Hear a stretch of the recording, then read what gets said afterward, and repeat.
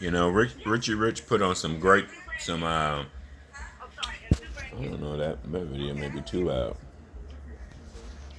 Richie Rich put on some good videos the other day. Well, this video I'm responding that Richie Rich posted.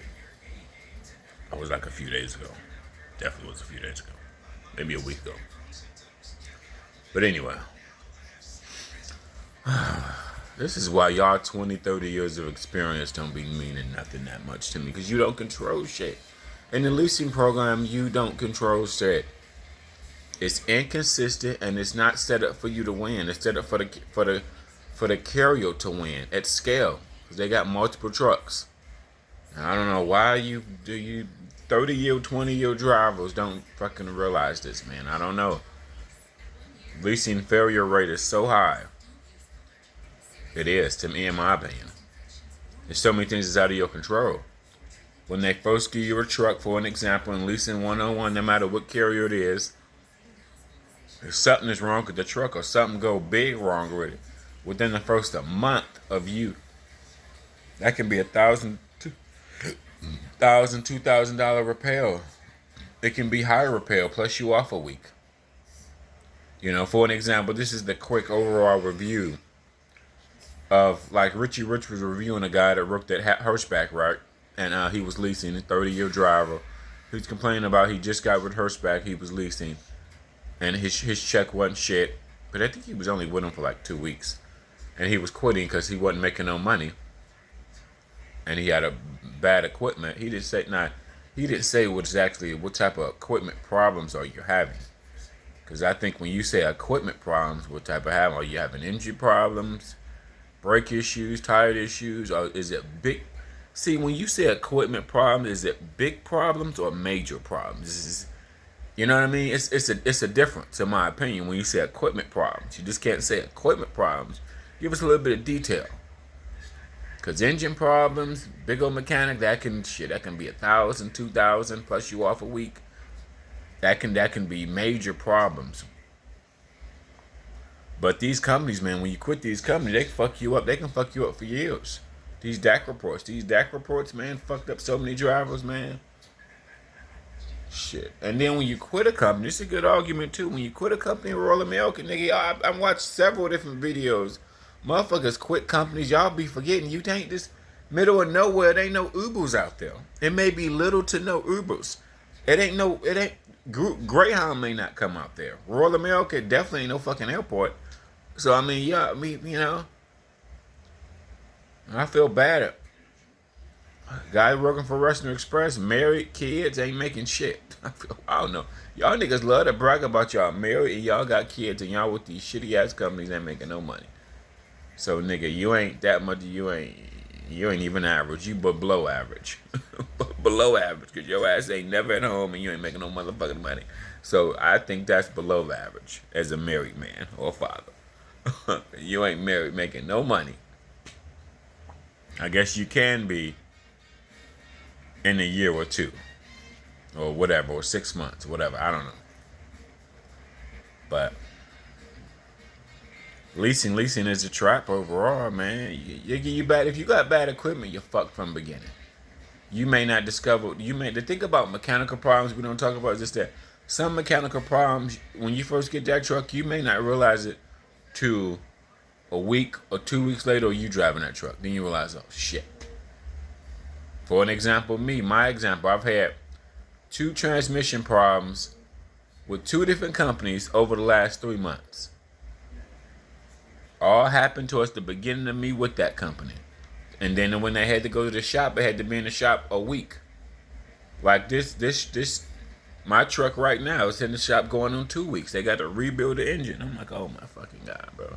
This guy is a good, he's a good dispatcher, decent company.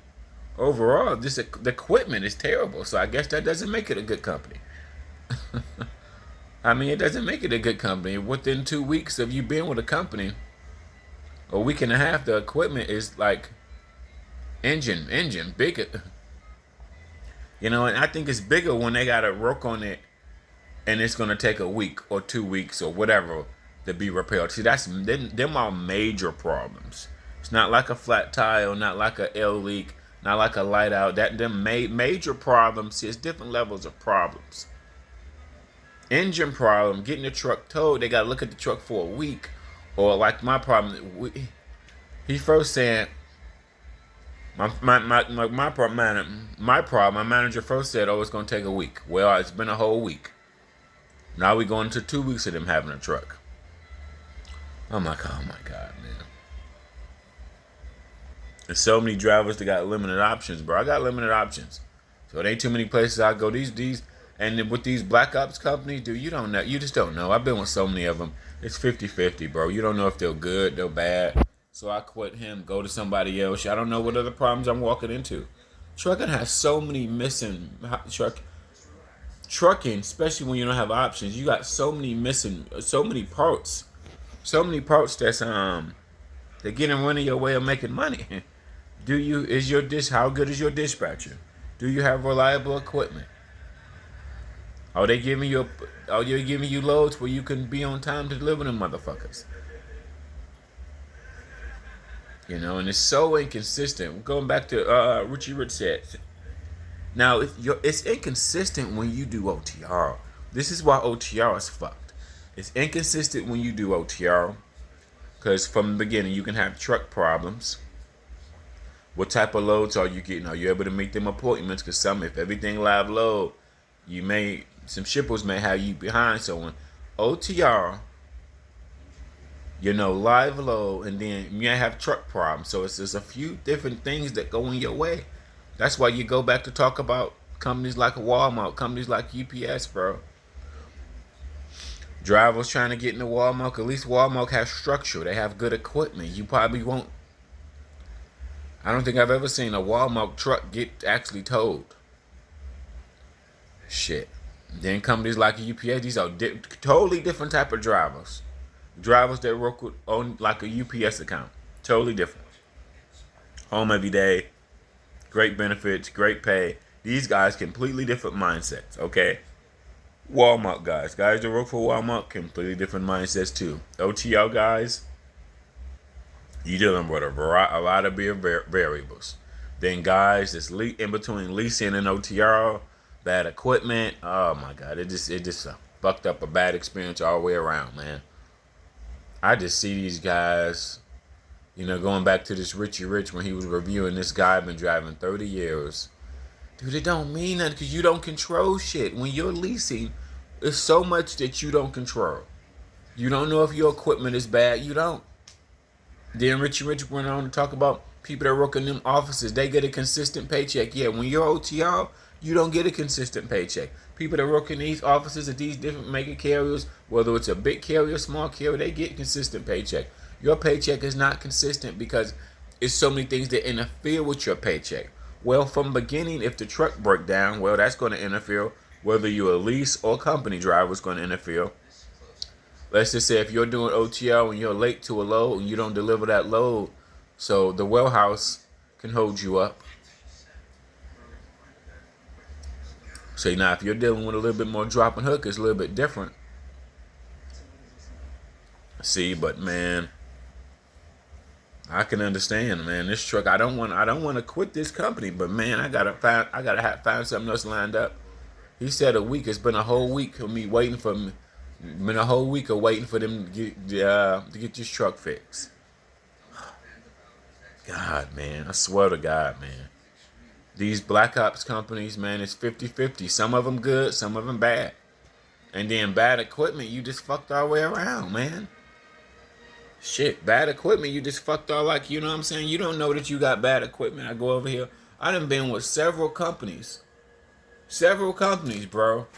Within a month or a week, truck breakdown.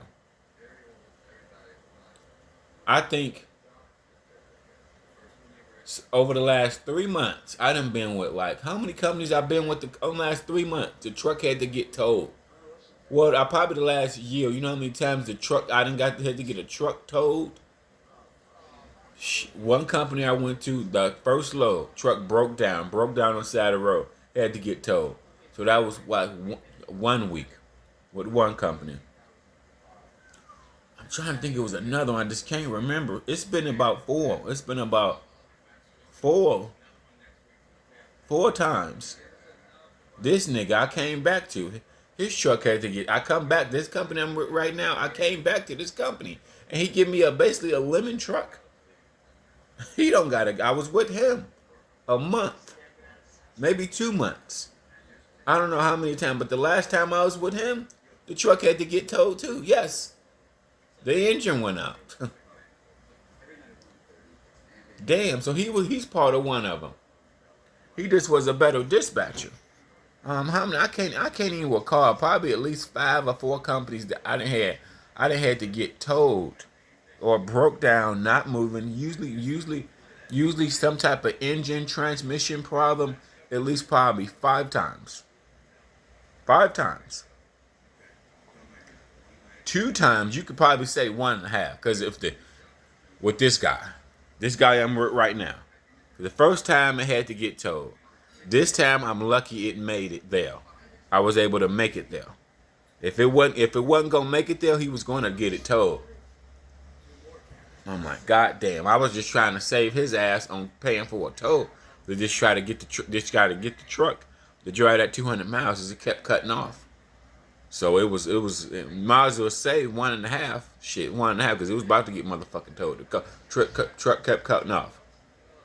What else? I can't even remember. I've been with so many fucking companies, bro. It's like sad. Trucks breaking down. I'm like, God damn, bro. Shit, man. They must get these trucks cheap.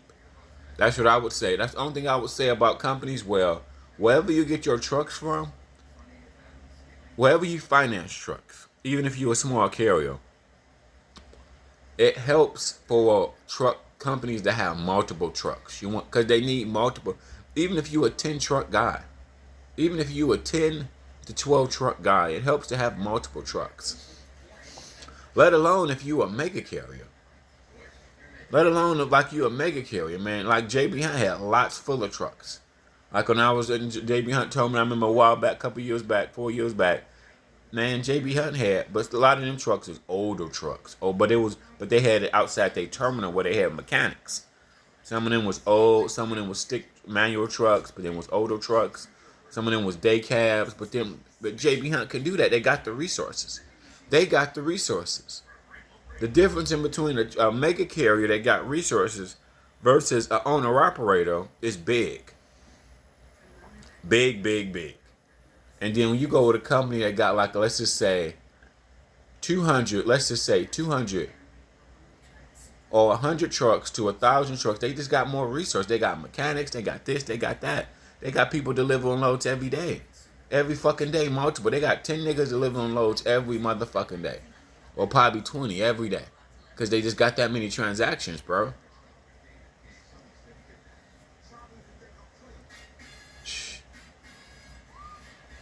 I don't want to quit this company.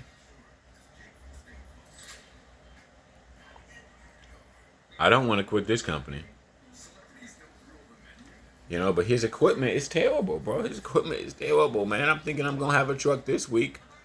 I don't have a truck this week. It's going to another week. I'm like, oh, God, man. Damn. You know, his pay is all right. His pay is pretty decent when you do run.